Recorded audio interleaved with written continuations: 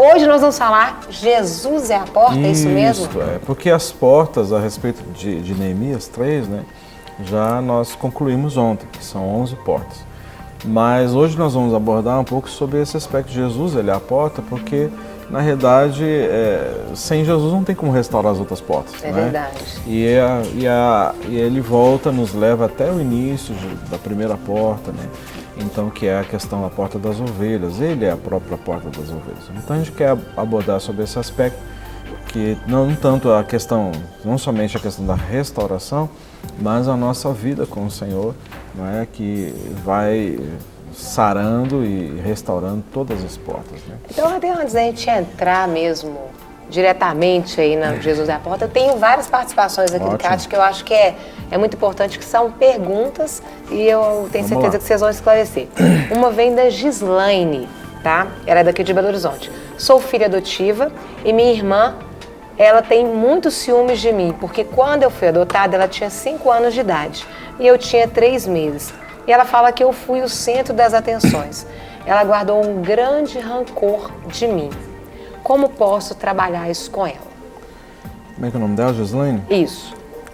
Gislaine, você é a única pessoa que não pode trabalhar nada com a sua irmã. Você não é a pessoa indicada. Bom saber. Não é a pessoa indicada. Porque você, né, ao entendimento da sua irmã, foi a causadora, vamos dizer assim, de tirar a atenção dela, que ela até então era o foco da atenção, e você chegou e gerou ciúmes. Isso é uma coisa assim que normalmente acontece quando não é devidamente trabalhada essa questão com a criança, né, o filho ou a filha mais nova, que está vindo o irmãozinho, está chegando. Então você vai preparando a criança a respeito disso, né, para gerar uma expectativa positiva, que não vai tirar atenção, na verdade vai dividir, né, você vai compartilhar a atenção. Então você não é a pessoa mais indicada para trabalhar com a sua irmã, né? Então teria que ser alguém de fora, externo, para poder fazer esse trabalho com a sua irmã e consequentemente com você, né? Porque como que ela pode promover isso, hein, pastor? Sei lá, conversar com os pais ou algum outro?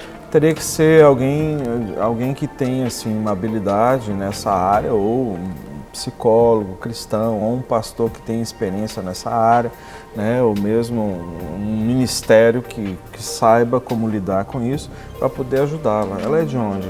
BH, Belo Horizonte. De Belo Horizonte ou é de fora?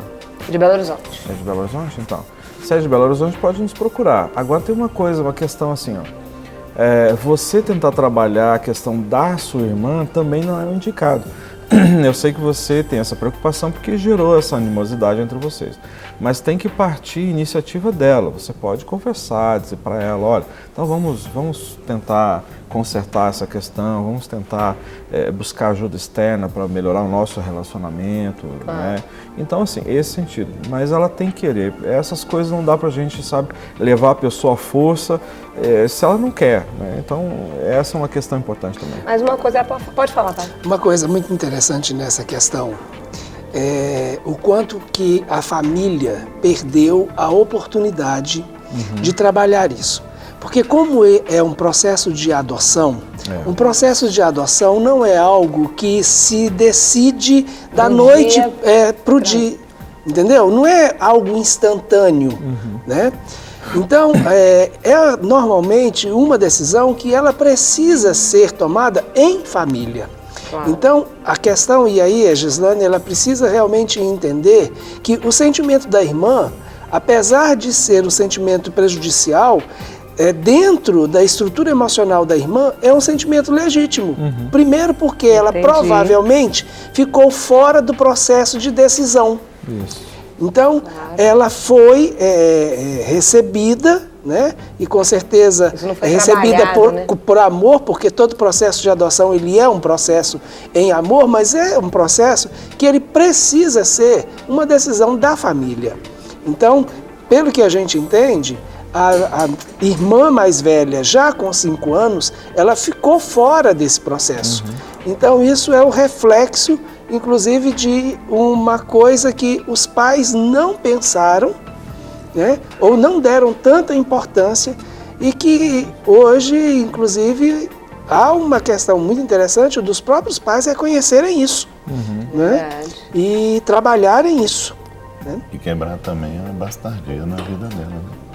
Tem que ser feita. Da Gislaine, porque ela foi adotiva, né? Que ela foi adotiva. Ela precisaria passar por uma administração também, viu, Gislaine? Porque na realidade você foi adotado, provavelmente... Houve uma rejeição, com certeza. Houve uma rejeição, não é? Então, com certeza, você enxerga as coisas com esse óculos, que nós chamamos assim, né? Um óculos de rejeição. Então, isso agrava o teu relacionamento com a sua irmã. O problema não está nela, o problema está em você também. E precisa ser tratado sobre isso. Bem lembrado. Oração nunca é demais, com né, certeza, pastor? É a base. Algo que a gente pode fazer pelo outro, que não tem contraindicação, é estar orando. E procurar, né? A gente está à disposição. Ainda mais que é em BH mesmo, né? Belo Horizonte mesmo, então fica mais fácil. Tem mais uma outra aqui, isso aqui, anônimo. Meu marido não consegue me perdoar por uma coisa que fiz há 11 anos atrás. O que devo fazer além de orar? Aí teria que ser trabalhado ele, né? Mesmo o problema está nele, é questão lá da mesma coisa que o pastor Rogério explicou da menina aqui, a mesma história. Ele tem que ser trabalhado, né? Você continua orando, né? Uma hora Deus vai interferir nisso aí, né? Você já falou com ele, já consertou com Deus, a sua parte você já fez. Agora é oração e esperar Deus tocar no coração dele. Você orar para Deus tocar no coração dele e quebrar essa mágoa que está dentro dele. Que aí uma hora Deus vai colocar uma pessoa na vida dele para que ele se abra e essa pessoa converse com ele e leve ele a perdoar e a liberar você. Continue orando. Pois é. Exatamente. O senhor quer acrescentar alguma coisa?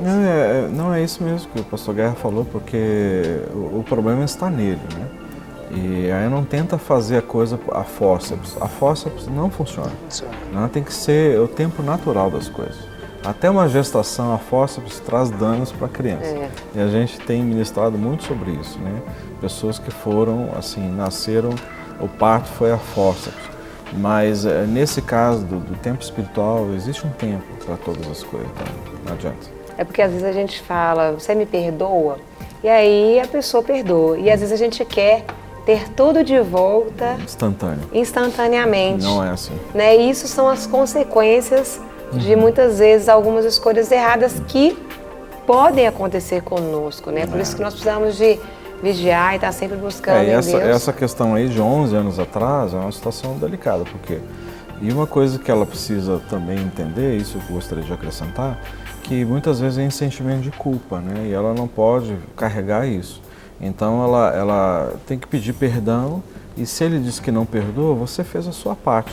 Então você pediu perdão, você se arrependeu, agora a partir daí é ele e Deus que vai resolver a situação. E você não tem que estar se culpando e pedindo perdão, cada ano você pede perdão de novo. Não existe isso, você já pediu perdão e você tem que crer pela fé que foi perdoado. Agora, a questão dele aceitar ou não, aí é ele e Deus, né? Isso é cada um. E tem agora a Pamela, ela é de Ribeirão das Neves. Sou cuidadora de idosos, tenho 25 anos e na casa que estou trabalhando moram 3 senhoras.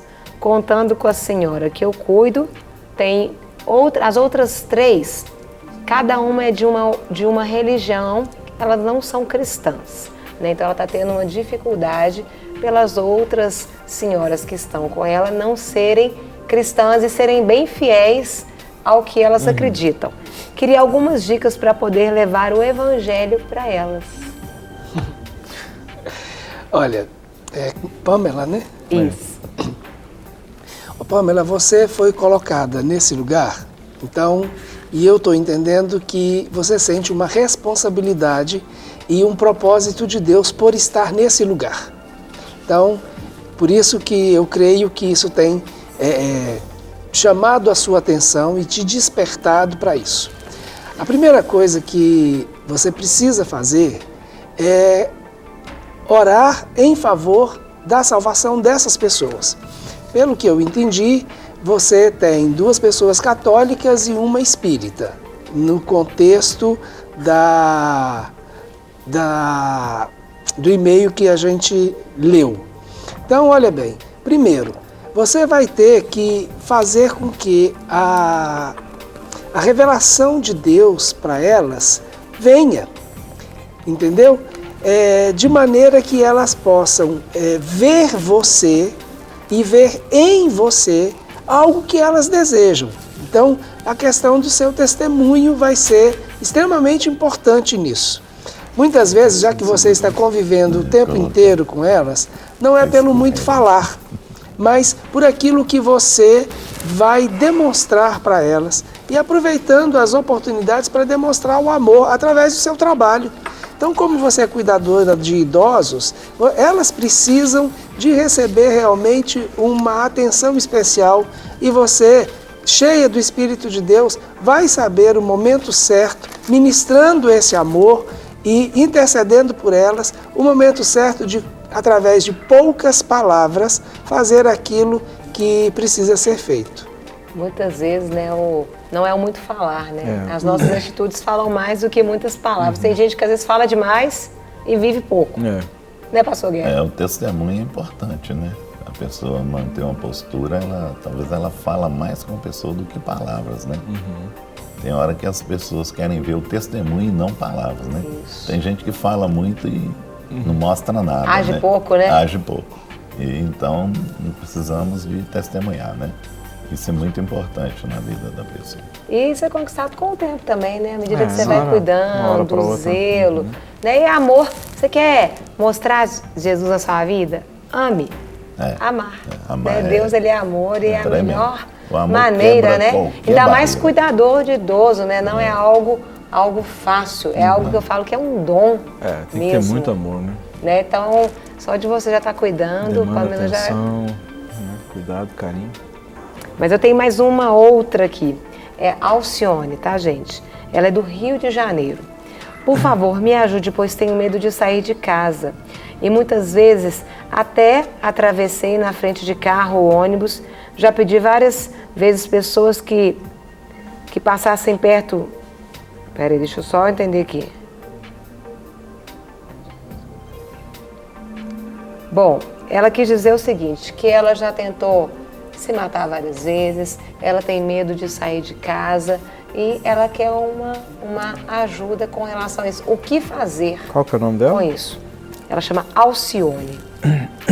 Bom, Alcione, o que a gente está percebendo, assim, tem algumas questões, eu não sei se você está sendo acompanhado por um psiquiatra que você precisaria, né, porque aí para saber exatamente o diagnóstico que é dado, porque muitas vezes pode ser um índice, um nível de depressão, síndrome do pânico, enfim, essas questões todas aí precisam de um acompanhamento médico, de um profissional, um acompanhamento medicamentoso, inclusive, e também um acompanhamento emocional e espiritual, se você conhece o Senhor. Então, isso é algo que você precisa urgentemente buscar ajuda, né? Não sei se é na sua igreja, onde você frequenta, se você é cristão mesmo, né? Ela é. Ela é cristã, então. Nesse caso, você precisa procurar alguém que saiba como mexer nessa área, ou um psicólogo também, você precisa de um psicólogo cristão, que aí vai poder te orientar, te dar um suporte necessário nessa questão. Então, assim, são duas coisas necessárias. Se você já chegou nesse nível de tentar e pensar em suicídio, e tá essa questão que te impede de você sair de casa, o medo, a insegurança, então você precisa procurar uma ajuda assim, bem rápida, para que a coisa não se agrave e talvez evite chegar em consequências assim bem piores, né? Agora aqui uma mensagem para vocês aí também. Sara, ali de Viçosa. Olá, gostaria de parabenizar o programa De Tudo Um Pouco e dizer que sempre sou abençoada, edificada na fé. Amém. Que o Senhor possa abençoar muito, pois todos os dias sou, por todos os quadros e principalmente pelo quadro Clínica da Alma. Muito obrigado. Muito abençoada. Deus te abençoe muito. Ela quer participar do sorteio, já está participando. É bom esses retornos, né, pastor? É ótimo, isso aí. Para que a gente, às vezes, vocês fazem congressos, seminários, tudo, mas às vezes não dá para ir em todos os lugares. Então essa é uma estratégia de Deus para as pessoas serem atingidas, alcançadas, graças aonde a Deus. elas estiverem. Graças né? a Deus.